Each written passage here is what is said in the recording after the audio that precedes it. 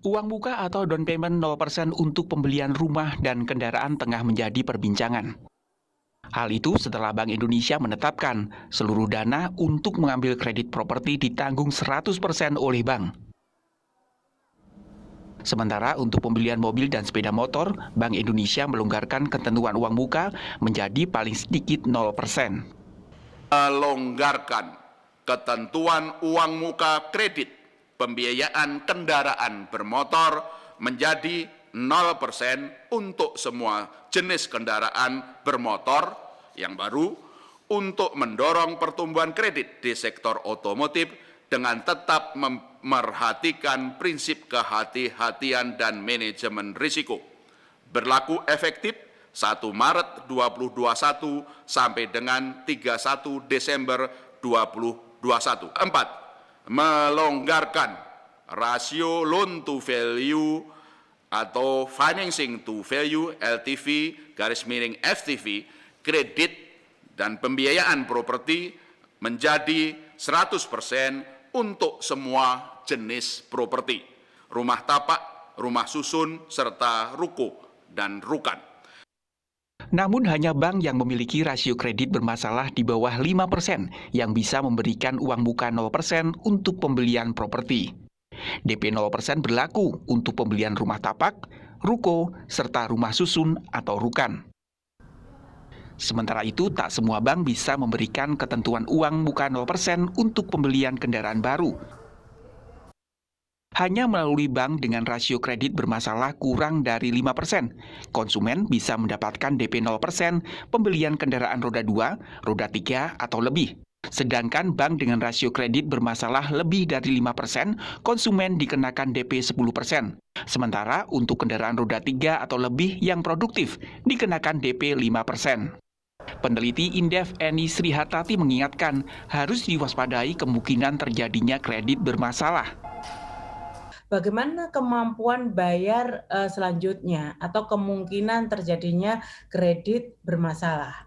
Nah tentu ini kan harus ada evaluasi kemampuan kredit calon nasabah, ini juga harus yang prudent. Nah ini yang pasti juga akan menghadapi kendala karena kita tahu kemarin rilis dari BPS terjadi peningkatan jumlah pengangguran yang luar biasa. Presiden Joko Widodo menyatakan keputusan uang muka 0% bagi pembelian properti ini untuk membangkitkan konsumsi dan daya beli masyarakat.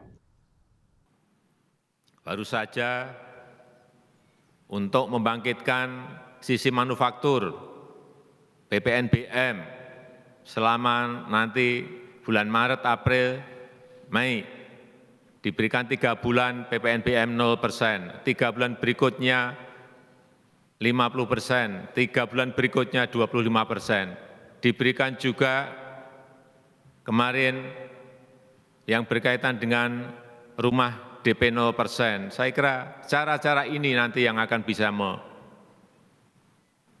membangkitkan demand, membangkitkan konsumsi, membangkitkan daya beli masyarakat.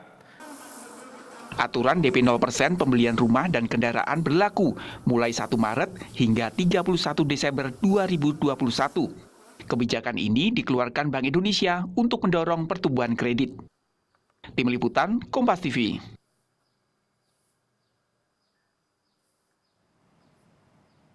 Apa yang harus diwaspadai pemerintah saat DP 0% diterapkan untuk pembelian properti dan kendaraan? Apakah kebijakan ini otomatis langsung berdampak pada terdongkraknya daya beli masyarakat? Kita berbincang dengan tenaga ahli utama Kedeputian 3 Kantor Staf Presiden, Edi Priyono. Selamat malam, Pak Edi. Selamat malam, Mbak Sofi. Ada pula peneliti senior Indef, Eni Srihartati. Selamat malam, Bu Eni. Malam, Mbak Sofi. Saya ke Pak Edi dulu, Pak Edi. Jadi apa yang mendorong pemerintah mengeluarkan kebijakan DP 0% ini? Yang disasar sebenarnya siapa? Yang pertama dalam jangka yang pendek ya, itu kan seperti yang disampaikan oleh Bapak Presiden, itu untuk mendorong konsumsi ya, konsumsi terutama untuk kelas menengah ya. Karena selama ini kan motor pertumbuhan ekonomi kan harus diakui kan dengan konsumsi ya, dan terutama adalah konsumsi kelas menengah. Nah kelas menengah ini selama ini kan banyak uangnya tersimpan di bank, sehingga dana pihak ketiga di bank itu meningkat. Sehingga kita dorong supaya bagaimana caranya supaya kelas menengah ini berbelanja. Dan salah satunya adalah belanja kendaraan bermotor dan juga untuk perumahan.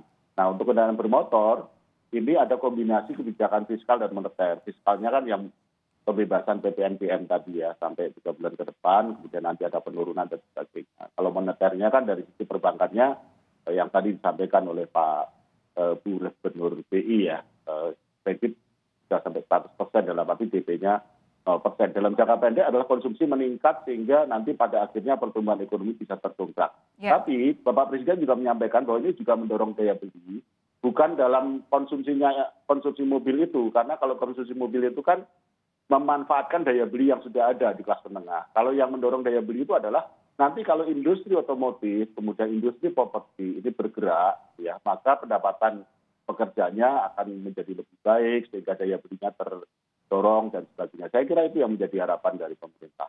Oke, kalau alasannya kita bisa paham kenapa kemudian ini ditempuh juga jelas begitu apa dasarnya. Tapi Bu Eni, kalaupun alasannya jelas, ada dasar pemikirannya memang juga masuk akal begitu, apakah yang harus kemudian diwaspadai kalau untuk mengambil sepeda motor, mobil, atau bahkan rumah itu DP-nya bisa 0%? Ya, Mbak Sofi. Tentu kalau alasannya adalah mendorong konsumsi rumah tangga, pasti kita semua setuju karena konsumsi rumah tangga memang menjadi penggerak utama atau motor penggerak pertumbuhan ekonomi. Nah, sebelum ke pertanyaannya yang diwaspadai, pertama yang harus benar-benar dikalkulasi sebenarnya seberapa efektif nanti kebijakan ini. Karena untuk mendorong konsumsi, terutama untuk pembelian kendaraan bermotor maupun properti, pasti yang akan dilihat pertama dan utama oleh konsumen itu adalah tingkat suku bunga.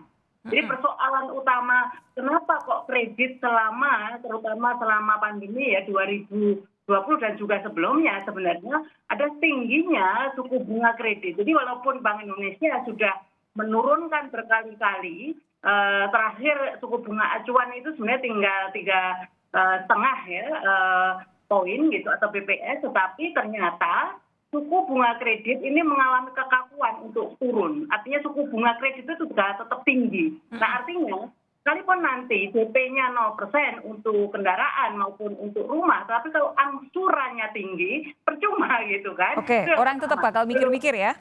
Mikir juga gitu. Nah, kedua tentu juga ini kan kita selama ya COVID ini masih terjadi dan WFH masih tinggi, orang juga berpikir buat apa beli kendaraan yang ada aja mau dijual gitu kan. Nah, sehingga pertama yang mesti diukur sebenarnya efektivitas dari kebijakan ini seberapa. Karena begini, karena nanti setiap kebijakan publik itu pasti seperti ini Mbak Sofi, pedang bermata dua. Jadi satu sisi memang kalau efektif itu akan meningkatkan seperti yang diharapkan tadi konsumsi rumah tangga.